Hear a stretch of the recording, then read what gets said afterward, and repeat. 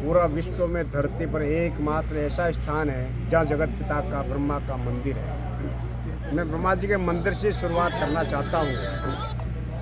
हमारे वर्तमान जो भाजपा के उम्मीदवार हैं और पूर्व विधायक और संसदीय मंत्री रहे हैं, उनसे मैं कुछ बातें पूछना चाहता हूँ आपके माध्यम से। वो सनातन धर्म की बात कर रहे हैं, हिंदू धर्म की बात कर रहे हैं। मेरा पहला प्रश्न ये है कि ब्रह्मा मंदिर में ताले किसने लगवाए? ब्रह्मा मंदिर सरकार के हैंडओवर किसके कार्यकाल में हुआ? जगत गुरु शंकराचार्य के मंदिर में आज भी ताले क्यों लगे हुए हैं? वो किस कारण से, किस कार्यकाल में लगाए गए? वो हिंदुत्व की बात करने वाले लोग इस पे चर्चा क्यों नहीं करते हैं कि विश्व का एकमात्र ब्रह्मा मंदिर, जहाँ 1500 साल पुरानी हमारी सन्यासियों की गद्दी थी, हमारे सन्यासी संत महात्मा महंत बनते आए 1500 वर्षों से, उस आदमी ने अपने स्वार्थ के लिए किसी संत को गद्दी पे नहीं बैठने दिया और छिन्न भिन्न व्यवस्था करके ब्रह्मा मंदिर में सरकार को घुसोड़ दिया। आज तक सरकार बैठी हुई है और सरकार को हैंडओवर करने के साथ साथ जगत गुरु शंकराचार्य के मंदिर में ताला लग गया, जो वहाँ पूजा नहीं होती है। मैं तो कल परसों ही गया था ब्रह्मा जी के मंदिर, शंकराचार्य जी का दर्शन करना चाहता था, किंतु वहाँ ताले लगे हुए थे।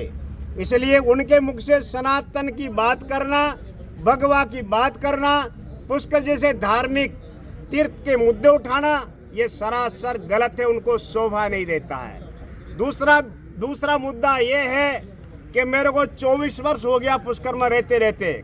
24 साल से पुष्कर में गटर का पानी जा रहा है। पहले गोपाल वाहिती जी एमएलए थे तो हमने सोचा शायद ये समस्या का समाधान करेंगे। उसके बाद कांग्रेस के विधायक और मंत्री बने, हमने सोचा ये समाधान करेंगे।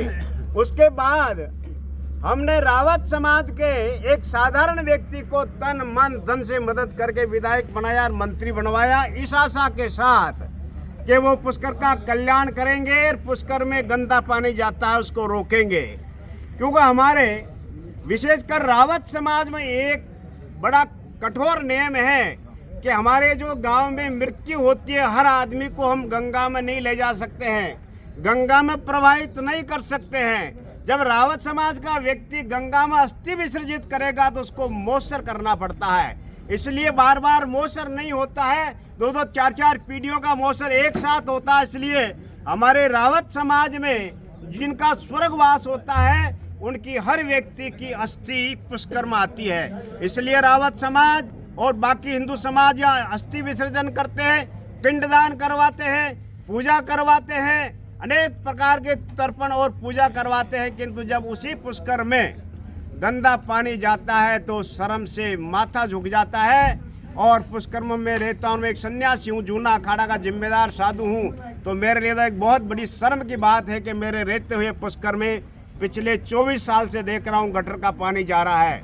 ये सबसे बड़े धार्मिक मुद्दा पुष्कर के लिए मैं अशोक जी से कहूँगा कि सबसे पहले गटर का पानी बंद होना चाहिए। पुष्कर में मेले में लाखों महिलाएं आती है, घाट पर स्नान करने के बाद वस्त्र बदलने की कोई व्यवस्था नहीं है। उनके वीडियो बनाते हैं, उनकी पिक्चर बनाते हैं, उनकी फोटो खींचते हैं, उनको वायरल करते हैं। तो हम चाहते हैं कि घाट पे भी व्यवस्था हो। और सबसे बड़ा मुद्दा गाँवों में ये है, 2013 में एडीए आया, बिना सत्यापन किए गाँवों पे कब्जा कर लिया, गाँव को अपने नाम कर लिया, बाड़ों को अपने नाम कर लिया, गांव घर घर के बाहर आज बुलडोजर खड़ा है। न जाने जिंदगी भर की कमाई से बना हुआ मकान कब टूट जाए कोई मालूम नहीं है। इसलिए हम चाहेंगे अशोक जी से तो आप विधायक बनने के बाद गांवों में जो एडीए की समस्या उसको ख़त्म कीजिए और पुष्कर में जो गंदगी की समस्या उसको ख़त्म कीजिए। और रूपनगढ़ में जो सबसे बड़ी समस्या पानी की है, तो हम चाहते हैं कि रूपनगढ़ के लोगों के साथ बैठकर रूपनगढ़ की समस्या भी खत्म हो। और मैं पुष्कर की जनता से निवेदन करना चाहता हूं कि इस बार आपने पहले बीजेपी को भी देखा, कांग्रेस को भी देखा, इसलिए इस बार आप अशोक जी को देखिए और अशोक जी को वोट दीजिए और विजय बनाइए।